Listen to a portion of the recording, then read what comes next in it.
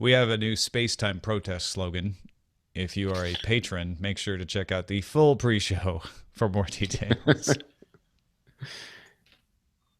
Not sure. I can't even remember how we got to it. We were talking about the arrow of time, but how did we get to that?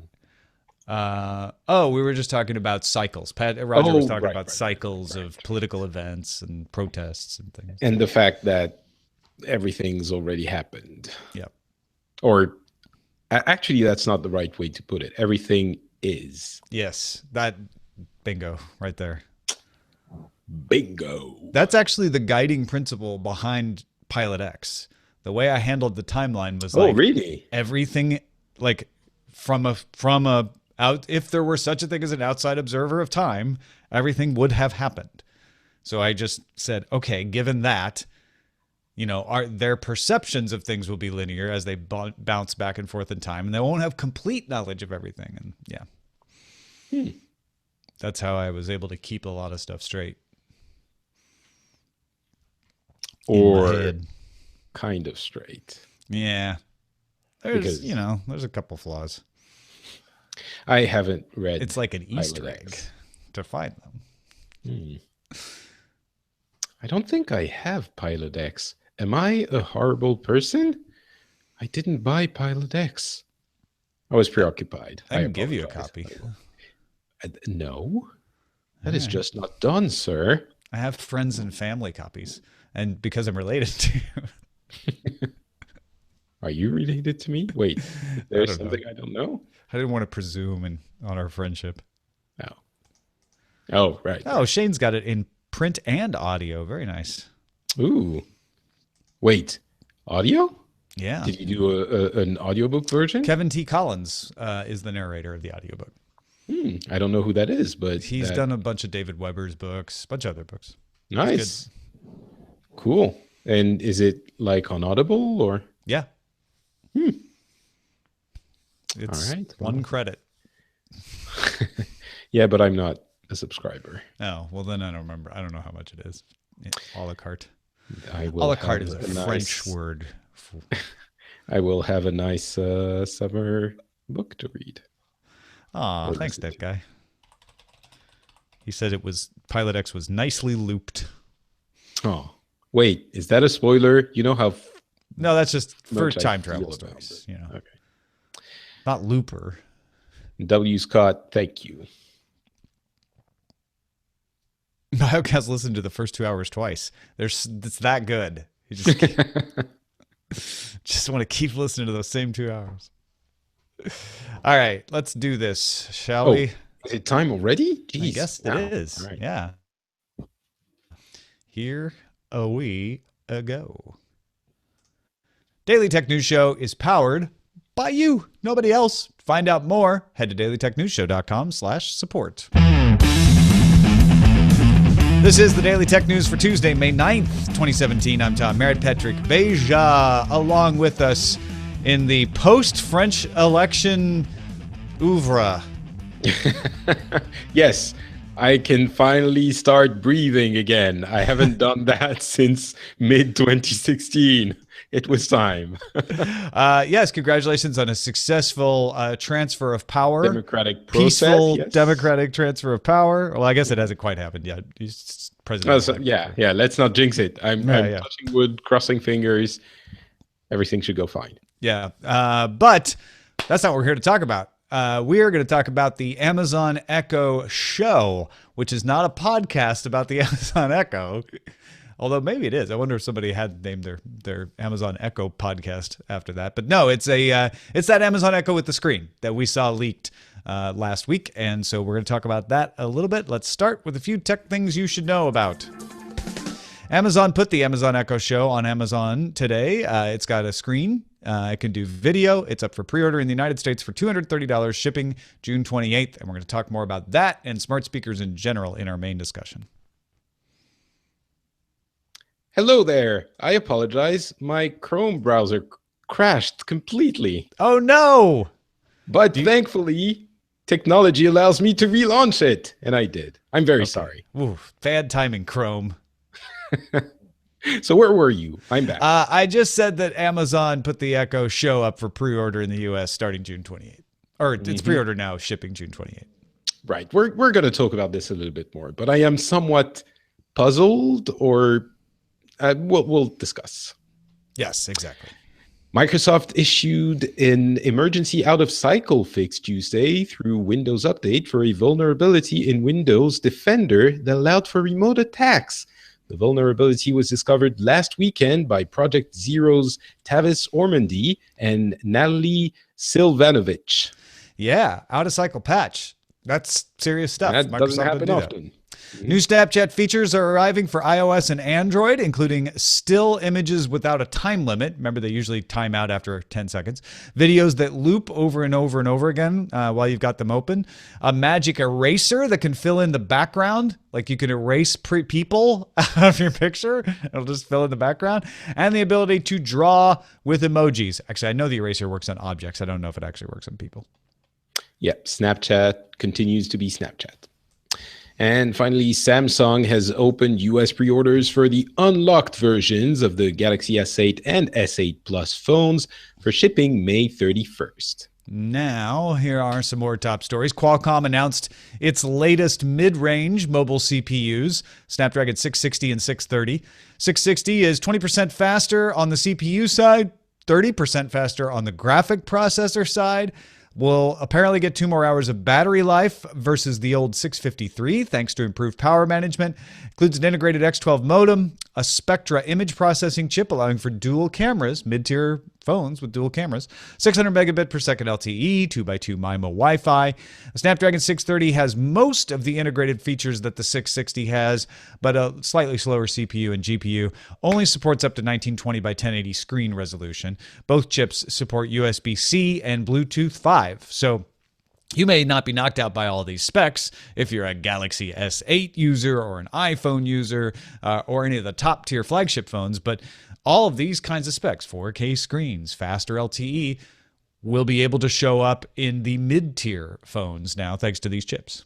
Which, honestly, I mean, yes, they're not as sexy as the 800 series Snapdragon processors, but these are pretty stellar levels of performance and capability. You know, a few years ago, I mean, this is, we were talking about cycles earlier in the pre-show, and this has happened in desktop and laptop CPUs, mostly desktop, in the 90s and 2000s, early 2000s.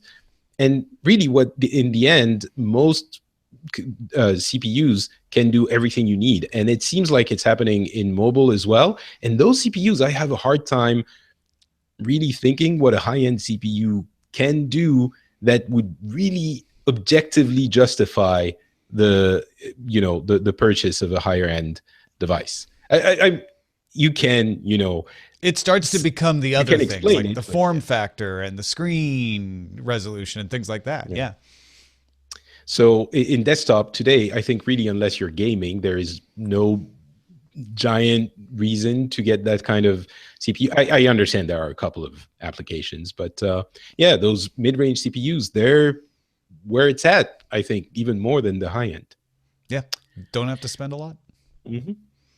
China's Alipay has signed a deal with U.S. credit card processing service First Data, making Alipay a payment option at about 4 million U.S. businesses.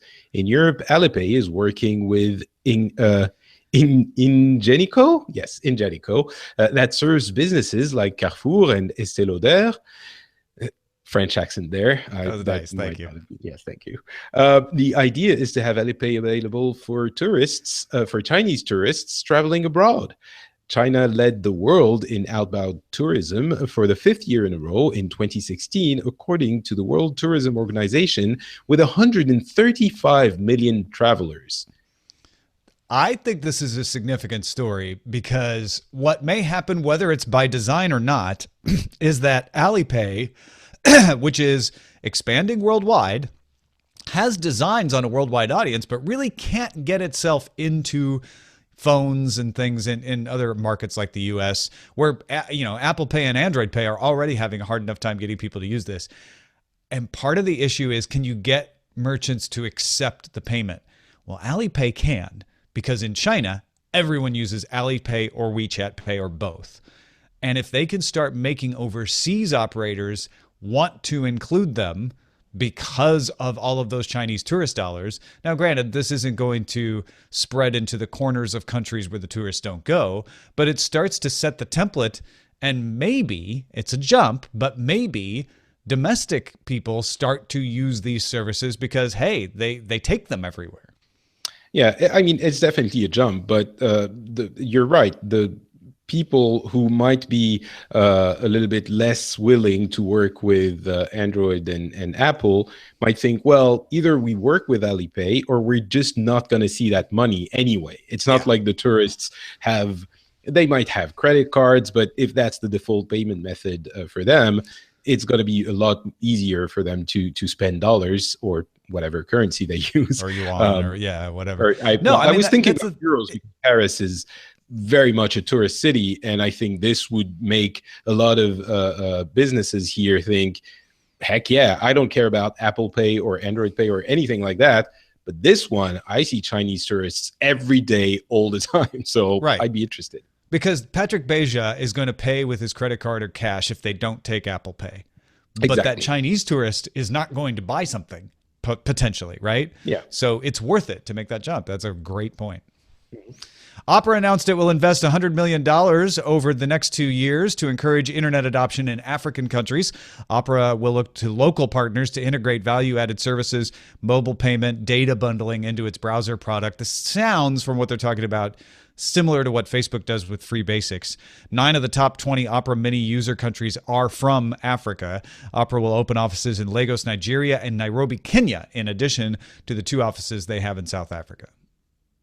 This is really interesting to me because I've sort of been wondering what Opera's been up to in the past 18 months, I guess. I don't think they're quite in the fight. Well, I'm sorry, Opera fans, I know you're out there, but I don't think they've ever quite really been in the fight for the browser market for the amount of serious innovation they've done. Yeah, on mobile, they do quite well, though.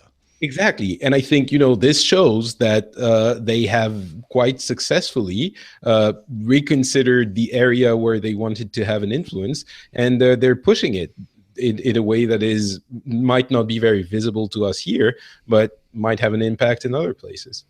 Yeah. And Africa is very friendly to these sorts of services, unlike areas of the world like India, just culturally, because they'd rather have some internet access than none at all. And internet access is spotty enough in places, even where it's provided, that anybody who's helping to bring a little more internet access is welcome. And I don't think there's so much of a culture of seeing the internet as, I don't know. In India, everyone knows that if I have enough money to buy a top-of-the-line smartphone or a desktop or laptop computer, I can get the full internet. And so Free Basics was seen by Facebook as a way to limit it for the poor people. In Africa, there doesn't seem to be that reaction. It seems to be more of, hey, we've all got these more limited phones, and we'd rather have something on the phone than not. Now, that may be wrong. It's a total outsider perception here, but I don't think there's going to be a backlash against Opera when they talk about data bundling, because it's providing a competition to Free Basics, where it's like, well, here you can get free access to things like Wikipedia and Facebook and the BBC, and Opera may say, but you're so familiar with Opera Mini, and we're going to build it right in with free access to these other services that you want. And in the end, you've got a little bit of competition over free internet access. Which, as we all know, it's always a good thing. On April 5, 16-year-old Carter Wilkerson tweeted Wendy's asking how many retweets he would need to get a year's supply of chicken nuggets. Wendy's replied, 18 million. Tuesday, Carter's plea for nuggets passed 3,430,249 retweets, breaking Ellen DeGeneres' record for the most retweets ever set by her 2014 Oscar selfie. Wendy's donated $100,000 to the Dave Thomas Foundation for adoption in Wilkerson's name in recognition of the record. And he also got the nuggets, by the way. Well, no, he didn't get the nuggets, did he? Yeah, I'm pretty sure he did. He hasn't hit the 18 million yet. Well, what I read was that Wendy said you get the nuggets, and we also do the.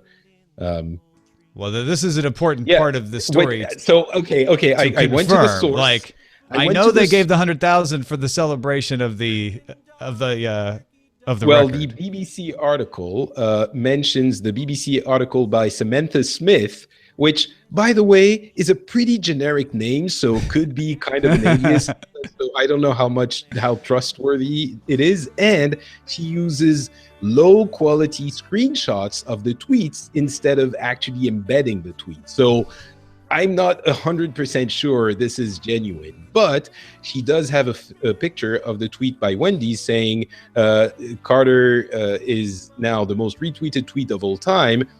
That's good for the Nuggets and $100,000 to DTFA. So I have to they say, do it'd be kind of crappy of Wendy's not to give him the Nuggets. At this point. Yeah, exactly. We're still waiting for the 18 million.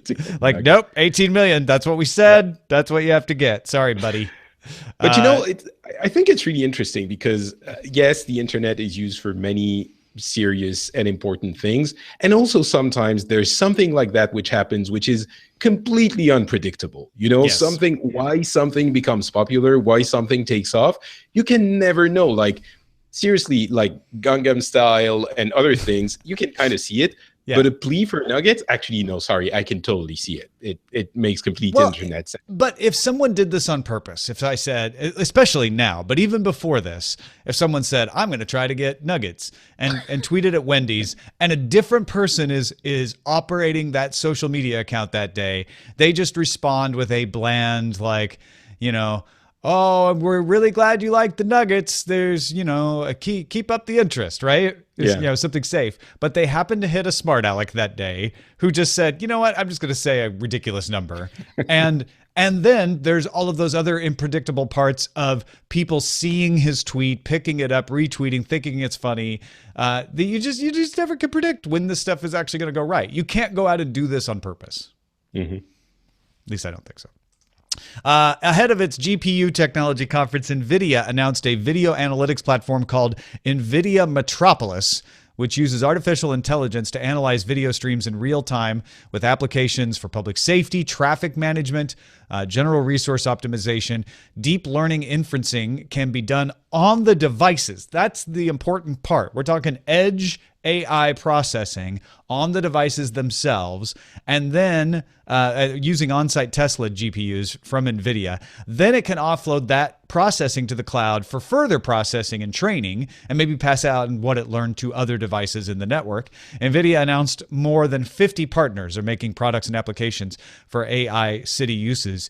Rich Stroffolino, who helps with Daily Tech Headlines, occasionally is a co-host on this show here, pointed out to me, he did a story recently for GestaltIT.com about the fact that NVIDIA's data center business is up 205% as of Q4. It's 14% of their revenue, and they are already ahead of any kind of commoditization of GPUs in getting into this side of the business. And the other trend here is that all the local data processing is the new hotness, moving what they call compute to the edge of the network. Having the devices do the processing is where it's at. After we had so many years of move everything into the cloud, they're starting to realize the limits of the latency that the cloud has. Yeah, this is a really interesting story. I mean, it's interesting on two fronts. I think there is the apparently successful move from NVIDIA from a business standpoint to sort of diversify from the pure GPU business for graphics computing, graphics power, which seems to be bearing fruit, or at least has many opportunities that could develop into something enormous.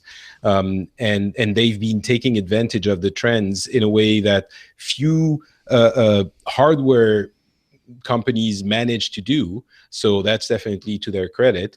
And then there's the scary AI part of it, which is, of course, scary if you want it to be scary, and also full of opportunities if that's what you want to look at. But it's a little bit slim on details about exactly how and what it will be doing.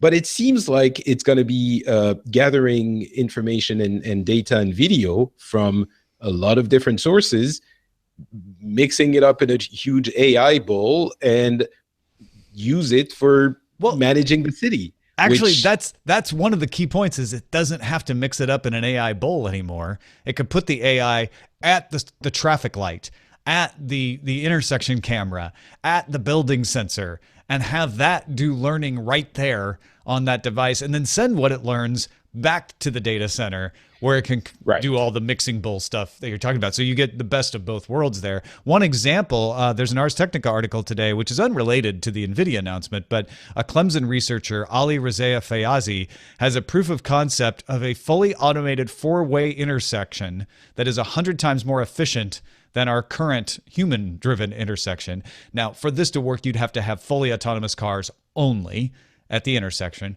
but they could participate in a network, presumably a network like we're talking about with Nvidia's Metropolis system, which would tell the cars to adjust their speed as they come to an intersection so that no cars ever have to stop and you don't even need a traffic light anymore. They just make sure that the cars don't approach the intersection until cars coming from the other way have passed on through. It is incredibly impressive the way it manages that. And certainly one of the applications of NVIDIA Metropolis could be that. But it seems to me like, again, the details are very slim, but it seems to me like this platform could be done for basically anything. It's a connected city, you know, smart cities, and then you can use it for anything you want. And there are, of course, concerns. I think we might get emails about privacy issues, and you know, because it is surveillance. It's public surveillance. Yeah, and it might get into prediction territory, maybe even of you know, crime or accidents or God knows what. And yes, it's done. You know, it's edge computing. It's done on the device, but it's still connected all together. I mean, I don't want to dismiss the idea of a you know, killer AI Big Brother, you know, nefariously managing to do things in the city. It's still a big AI network. So, I mean, it's definitely something that could turn into a big opportunity for cities in the reasonable future. I'm looking forward to seeing if there are cities that do pilot programs with this and how well they do. So I'm going to keep an eye out for that. I also would like to commend Patrick on getting through that without using the term Skynet. I tried really hard. But I think, you know, just to finish up on this, the really interesting thing is that NVIDIA is getting itself into the position to be the platform for this. And then any company they're not selling the system themselves. They're just putting the infrastructure together behind it. And any company can go into any city in the world or some kind of private property trial, or who knows, you know, campuses or company grounds or things like that. And they can start implementing these kinds of, at the moment, kind of research area applications. But NVIDIA is, I'm sure there are competitions, but NVIDIA really wasn't in that field, 5 years ago? And now they're a big player, apparently. So, folks, if you want to get all the tech headlines each day in about 5 minutes, subscribe to dailytechheadlines.com. That's a look at our top stories. Now, we mentioned Amazon Echo Show up for pre-order in the US, features Amazon Voice Services, has a 7-inch screen, Dolby speakers, can play video flash briefings. You can put YouTube videos up on there, show your security cameras, your photos, and make video calls, because Amazon also today launching Alexa Calling, a service that allows you to do free voice calling and messaging through all Echo devices and apps. And of course, with the new Amazon Echo Show, you can do not just voice and messaging, but also video calls. Again, black and white versions for $230, shipping in the US on June 28th. And with all of this information out there, Patrick had one reaction. What was it, Patrick? You know, I'll be honest. I usually not, but now I'm in a vulnerable state. I've been listening to everyone talking about the Amazon Echo craze and how incredible it is and how technologically advanced and wonderful it makes your life. I have no idea what this thing is for. I don't understand it. It's like I maybe it's my experience with Siri, which, let's be honest, is not very useful. And I put this in a box in my home and do what? I don't get it. I don't understand why everyone is using it, why everyone is enjoying it, and why every single company in the world is trying to get into that space. I feel like I'm trying to explain Twitter to Jim Louderback at CES in 2007. Oh my God, it's difficult. It is difficult to explain because everybody uses it differently. And this was of great interest. Everybody was talking about it in our analyst level Slack this morning. And some people poo-pooing it like you. Like, I don't understand these things. Other people saying, well, I don't think I need a screen because this is what I use my Echo for. And all I can say is I don't use voice assistants either. I don't use the Google Assistant. I don't use Siri because on my phone, it doesn't seem that useful. And I don't want to be speaking out in public. But when I'm home in my house and I need to add something to a shopping list, and I've got a Dot in the bathroom and I've got an Echo in the kitchen, it's great to just be able to say, hey, put this on the shopping list and know it's there. When I'm ready to listen to the BBC News World Service and in the bathroom in the morning while I'm brushing my teeth, I can just say, play the news. I can't tell you how many times I've been in the bathroom getting ready and said, what time is it? Because I just don't want to have to pick up my phone and look at it, and we didn't have a clock up in there. Like, everybody uses it for different things, but the fact that it can do so many different things is what makes it useful. People use it to turn on their lights. I know there was one guy in our Slack who's like, yeah, I pretty much just bought the Dot because it was cheap when they had the sale. And I love it because I can just say, turn on, turn off the lights, and I don't have to look for the switch anymore. So I understand parts of it. I mean, my studio in Paris, I have connected light bulbs, and I use Siri to control them sometimes, and I do ask Siri for the time sometimes as well. I guess I kind of understand that it's easier to do when you're not in a public place because you don't feel as silly, but to me it still feels awkward to say the key phrase and then ask for the thing and wait for it to compute and then answer. There is some friction in there, some user interaction friction. Yeah, but I've gotten so used to it, I don't even think about that friction anymore. If there's a criticism I have, it's that they don't have the ability to natural language everything. So if I don't want to use the actual built-in Amazon grocery shopping list, which I don't anymore, I have to say, hey, tell our groceries to add chocolate chips to the shopping list. It still works fine, but it's a little bit of friction in my head there. But most of the stuff, it's like, what's the weather today? Boom, it tells you. Like, it's getting more and more conversational all the time. Is it faster than Siri? Oh yeah, because it is quite a bit, in my experience. Okay, that is interesting because it's those. In order for it to be useful, it has to be faster for you to ask than to pick up the phone and look at the time. And it doesn't pretend to know the answer by showing you website results. Well, maybe the Echo Show will do that. Well, and to get into the Amazon Echo Show, yeah, it's got a screen where it can show you things like the weather, like the traffic map, like your grandma. I mean, this is a thing where you can now make free voice and video calls to anyone who has the app.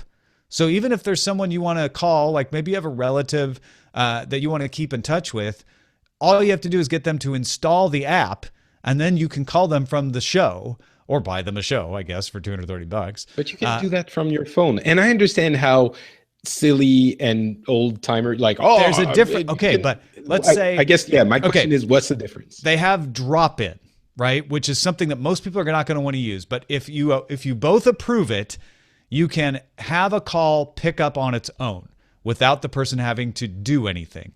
It's got a kind of a frosted look for the first few seconds in case somebody wants to reject it, but it takes away the friction. So with my phone, let's say I want to call my uncle.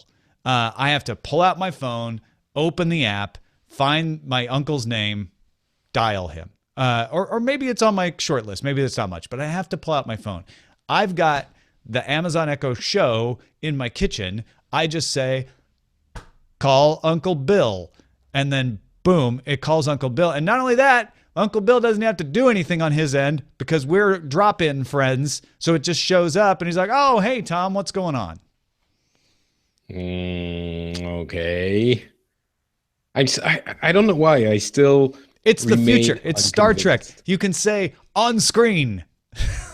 No, and I was being a little bit disingenuous when I was saying I don't understand why every company is trying to get into this, because I understand that in the future, in the far off year of 2020, we will have enough friction that will have gone away to make it really, really useful and I ubiquity. Think you should try one of these out because I think there's less friction than you're imagining. Yeah. It is, and it is definitely the kind of, whether it's a Google Home or an Amazon Echo or a Harman Kardon Cortana, these are the kinds of things you really have to try them out and try out things to understand, oh, okay, that's what it can do. And you have to get in the habit for them. If there's anything that has a problem, it's what you're expressing, which is, I'm not sure why I need one. We got one for my wife's father, and all we had to do was kind of show him how to use it, and he uses it all the time to play music and get the weather and the news. But he didn't understand at first why we got it for him. So you kind of have to get over that hump. Well, the problem is I might be wrong, but I don't think it's available in France, at least. I don't think Europe. And so that's why it's kind of foreign to me. But usually, I will also say that usually when you have a product that is different enough and successful, that it's difficult to understand why it's so successful, it might mean that there's a paradigm shift that's big enough that you don't really understand it at first, but then it becomes kind of indispensable. Yeah. So, or it's like a tablet and it's a market that's just going to fizzle out. One of the of course. In fact, interesting eMarketer on Monday predicted that Amazon will own 70.6% of the voice-enabled speaker market in the United States this year, Google Home at 23.8%, and then everybody else who makes these at 5.6%. And 35.6 million Americans will use a standalone voice-activated speaker, not a phone, but a speaker, at least once per month in the coming year. So it very much reminds me of the tablet market right now, where one company is dominating most of it, but it's got a rising usage. That usage is among a lot of younger people. The usage is heaviest among 25 to 34-year-olds. And it'd be interesting to see if it keeps going. And if Amazon keeps that advantage. I mean, I think at this point, at least in the US, it seems difficult to imagine that Amazon will lose their lead because they've been so early on this, and because it seems now, at least, the uses that you can get out of the Echo are absolutely adapted to the kind of business that Amazon and services that Amazon provides. Not to the same extent for the other players in the market. Yes and no. Google really ties you into Google services. Amazon definitely wants to encourage you to do shopping on the device, which I never do. That's a big part of it. But I never do. And there's plenty of things that I use that aren't Amazon related. So yes and no to that. Hey, folks, if you want to participate in our subreddit, that helps us figure out what to talk about on the show. Submit stories and vote on them at dailytechnewsshow.reddit.com. A couple of messages real quick. Russell wrote in and said, on yesterday's show, you and Veronica were discussing the technology that would allow conductive surfaces to be used as touchscreens. I think this has some tremendous applications for architecture and design. Imagine if you did not need to install switch boxes and controls into your walls. You could also likely have future flexibility in how you control, and systems could be configured as technology or even the way you wanted your home office arranged changed. Thanks as always for the informative content and compelling discussion. Can you imagine if you just built a house and painted it with conductive paint? And they're like, yeah, you just come in and customize where you want the switches to be. And then everyone says, I just use a smart speaker for that. So.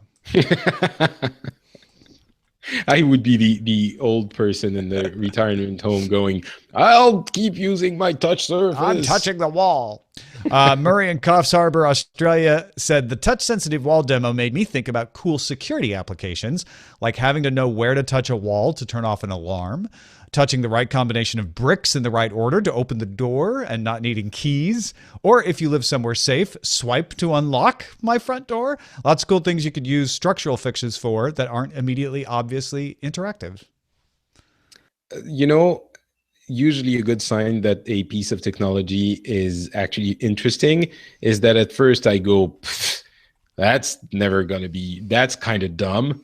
And then, as people more clever than me think about it, I go, oh, yeah, actually, it's not that dumb. The pattern of bricks thing is pretty awesome, right? Yeah. Like, because, door locks are hackable, but a pattern on a wall would be harder to hack.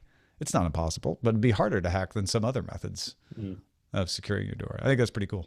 Thank you for the emails. Keep them coming. Feedback at dailytechnewsshow.com. And thank you for the hosting, Patrick Beja. Keep it coming. Well, I will do my best. And if you want more hosting by Patrick Beja, might I encourage you to go listen to the Phillies Club. The Phillies Club is a show where we talk about international topics.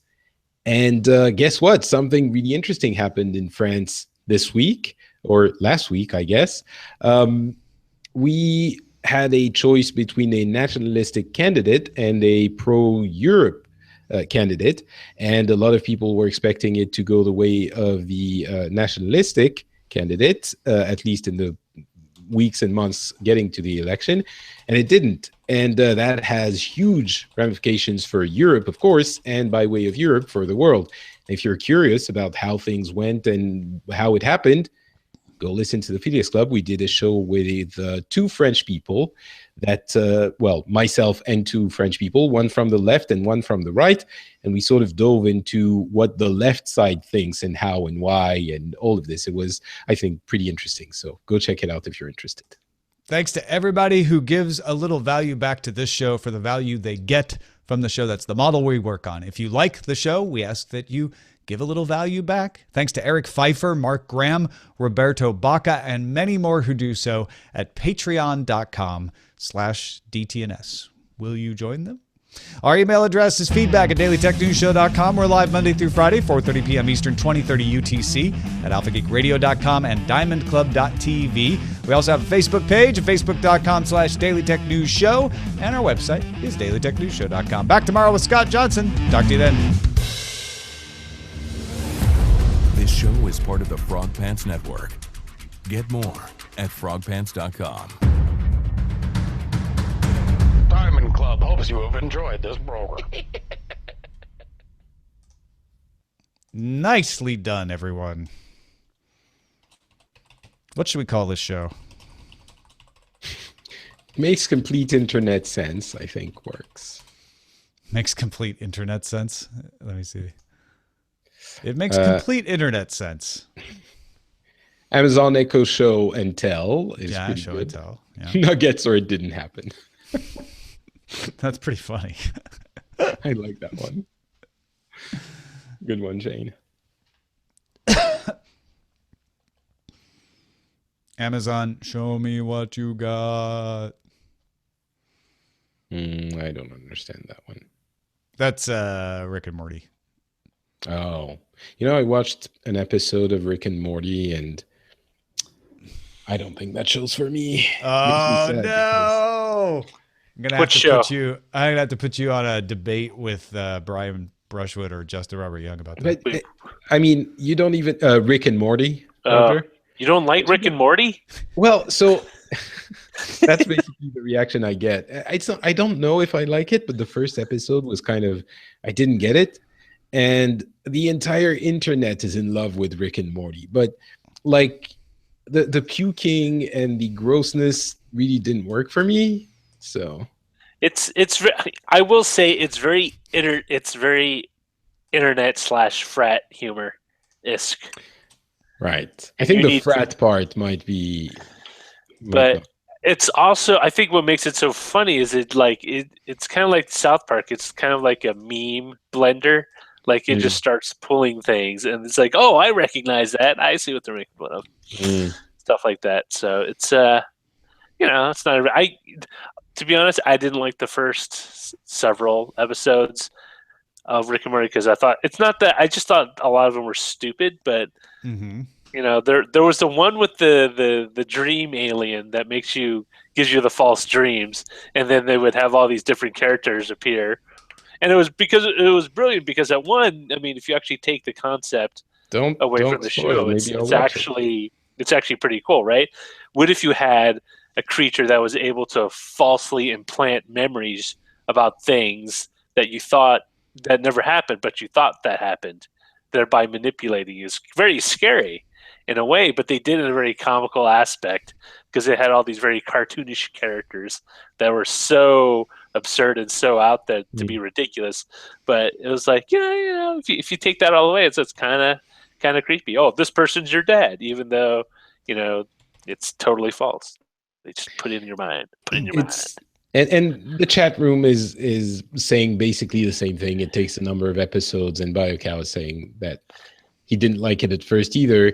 But then, Ian is saying that he doesn't find it funny. ICU is saying, no, sorry, H82 or 8. Haterade. Haterade. Oh, Haterade. Okay. And he says you must watch a minimum of 3. It's a combo of Doctor Who and South Park. And here, I think I might get myself even more hated by. You don't like South Park?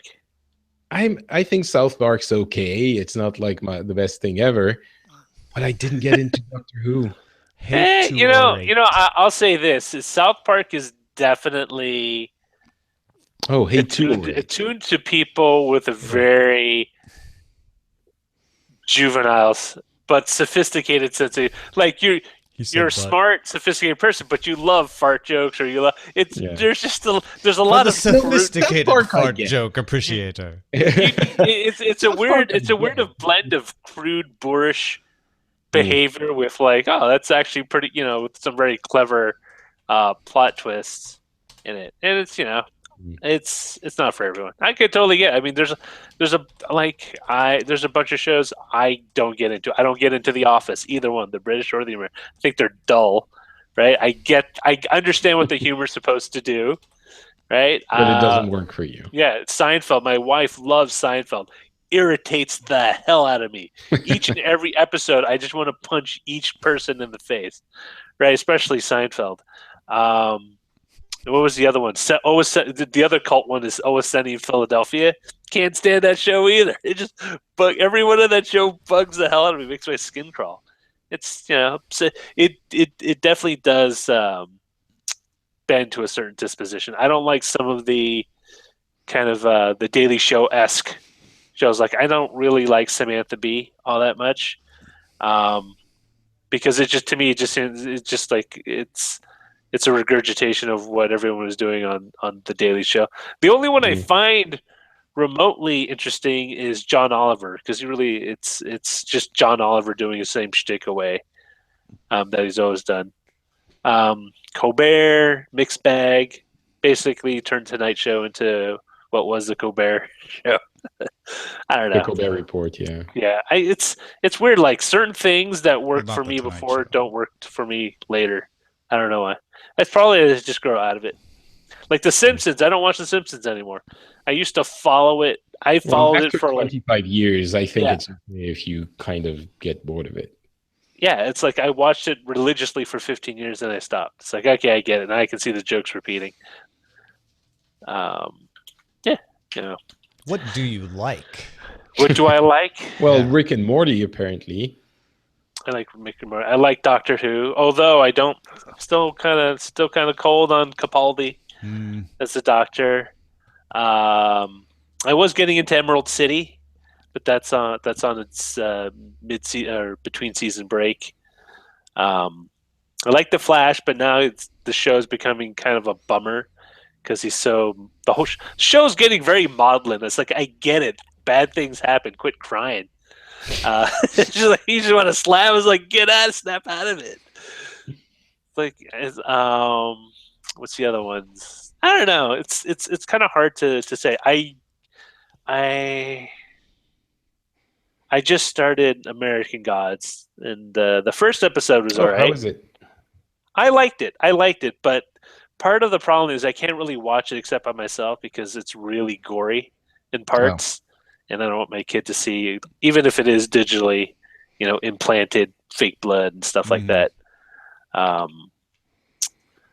What's the other one? Oh, what's the Doctor Who? I don't watch too many. I mean, I watch all the CW superhero shows, even though they all kind of me at this point. The writing's just so. I don't know. There's so many shows that people tell me to watch. I haven't been able to get around to watching. I do watch a lot of YouTube shows because they're short, and that means I can turn my attention back to my daughter very quickly. Yeah, I'm kind of tired of you have to watch. Yeah.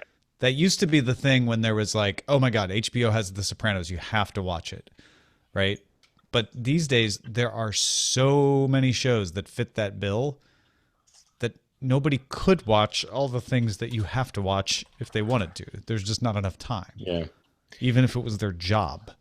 It's the same thing in video games. Yeah. You can't play all the great video games that are coming out these days. So the good It's ones hard. would make way for the ones you think are great, not just So good. I try Good never, is not I good try never to enough. tell someone you have to watch or you have to play, because I almost feel like that's rude. I know, but I do tell people they have to play the Last of Us. Is that the one?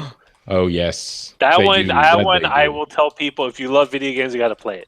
I told my friend, and she's like, "Well, yeah, my brother told me that too, but I got to work, and I got too many other things to play." Did She's you like, play it, Tom? No. You have to play it. It's really good. I like, if this is the last video game you play, It's The Last of Us to play. That'll be. I mean, There- it has issues. Gameplay wise, it's not as solid as Uncharted, but everything else is better. And Uncharted was really good already. well, so. the narrative, the plotting. Well, that's the whole point. The voice acting, but the way I will say this is one of the few games where the gameplay ties in very seamlessly with the overall plot. Right? There's parts of Uncharted that seem kind of just like, we got to throw this in there, Yeah. just to have a sequence. Like when I was in Uncharted 2 where you have to swim between the boats, like you're you're like a shipwreck and there's a lot of flotsam. You got to swim around without getting shot. It would seem kind of arbitrary. But like everything you do in that game feels like it actually moves the plot along. It isn't there as filler. Except the carrying the ladders around. That is not. I'm trying to remember. Wait, what was that? There's a lot of that. You What was carry that? a lot of ladders around. It's small puzzles. Oh, like that small environmental town? puzzles. We had to but- get around No, this beach. it happens all the time. You have to move ladders around and carry them and put them in. Like it's not. It kind of replaces the puzzle mechanic in Uncharted, and that's not the best. But Overall, I still liked the game. It was good. oh yeah, it was great. Have you tried Prey? Are you on Prey? No, I haven't, but I'm hearing really good things. Yeah, it's You have to play it. you don't have to play. Honestly, did you like BioShock? Like either 1, 2, or 3? I liked 1. I didn't play 2. You didn't play it, or you didn't like it? I didn't play 2. Oh, I didn't. played a little bit of Infinite, but Man, the third one's is sort of I thought was incredibly overrated. Yeah. But it just feels like if you mixed Prey is Prey with an E, BioCow, not an Yeah. A, which both could be interesting. no, it's if you like BioShock, it's a little of BioShock mixed in with Alien Isolation. Oh, that's a pretty good recipe. One of my go-to publications gave it a 9 out of 10, and they never do that. They It's usually one of the go, publications that doesn't give everything a 9 out of 10. yeah, it's like one of the ones that give, like when they give you a 7, it's pretty good. Mm-hmm. It's not the what's the Japanese one that everyone follows, that magazine? Oh, Famitsu. Yes. For it. No, Famitsu gives everyone like 8 and 9s. Oh, does it? I always thought they were like super hard. Oh no, scoring. Famitsu, no. That like the entire Japanese gaming press is It's kind bad. of bought. Yeah. So the way, if they give a game like 3 10s and a 9, then it's probably really good. But anything else is kind of, if a game, it's a little bit like the kind of like grading convention in the US, but a little bit higher. So Huh. it's not that they're bought; it's that the relationship between the Japanese press and the Japanese game publishers is really close knit, and the publishers chummy. kind of control everything. Like if you use a screenshot that they don't want you to use, they're gonna let you know, and There is no journalistic independence. pretty hard. Some of them, it's. I mean, to be honest, a lot of, I wouldn't say Western, but at least because I don't know all the Western game, but a lot of American ones are not that bad. They can be bad. I mean, I've done enough junkets to get clued in on that pretty quick.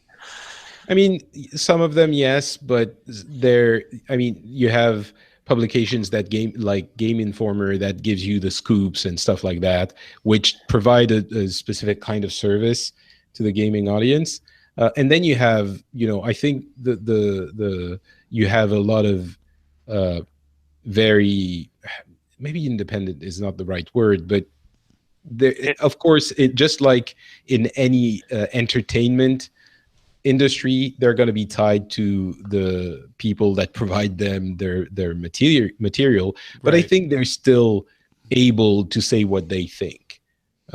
Maybe cushion it a little bit sometimes, but I don't think the game journalism in the US is that bad. There's so many things that in entertainment, not just games, where copyright law, even though as a journalist you're supposed to have a fair use right, like just the pressure of having to defend it will cause a lot of people to just give in and not do things. A little bit. I mean, you can always, it's not like you're testing cars and you have to shell out, $30,000 when you want to. No, but using a screenshot, whether you buy the game or not. Yeah, if a company threatens you, you can say, well, no, I have a fair use right to do this, but do you really want to defend that in court?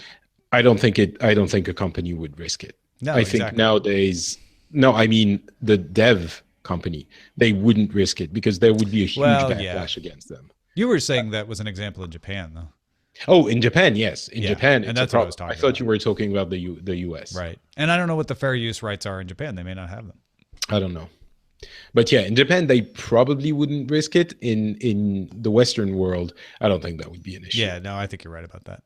There is a little bit of pressure from the PR, which, side of things, which I know. Although thankfully in our, in my experience, we didn't really need to apply any kind of pressure. But there is some from some companies that tells you, hey, so why did you give that score to that game? I really think it deserves a little bit more. And then the guy will say, yeah, but I thought this and that, and it sometimes becomes a little bit uncomfortable, but I don't think it goes a lot farther. Well, what happens, I know this happened with product reviews at CNET, is every time you say a negative thing about a product, the PR people who are really good about it will call you on the carpet and demand that you explain why you said this negative thing. And it causes reviewers to, because they're human, to naturally soften their criticisms and make sure that they really have a justification for a criticism before they say it. And that leads to them withholding certain criticisms because they're like, well, I could be wrong if I'm going to have to defend it to this guy on the phone, and that kind of pressure really does have an effect. Yeah.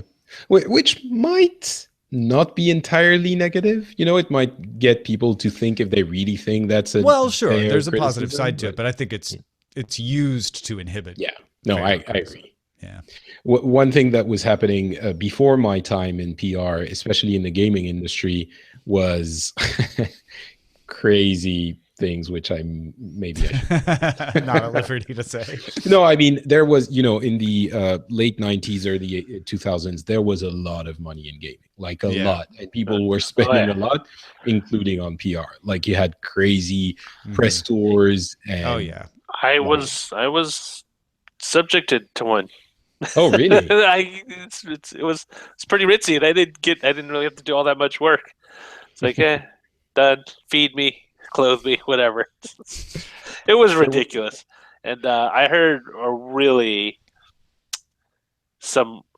would say actually it was pretty shameful. Some pretty shameful practices by some lesser known review companies, because at the time everyone was just desperate for exposure. It didn't matter who the dollars fell on, so to speak. Right.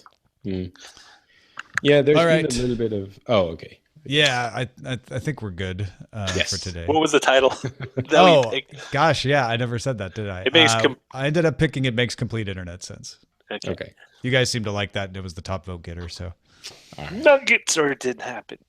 Nuggets, or it didn't happen. Is my sentimental favorite. All I can think of is that stupid smell of nuggets. Oh, Nugget Man. You nuggets. All right, thanks everybody for watching and listening. We'll be back tomorrow with Scott Johnson. Goodbye.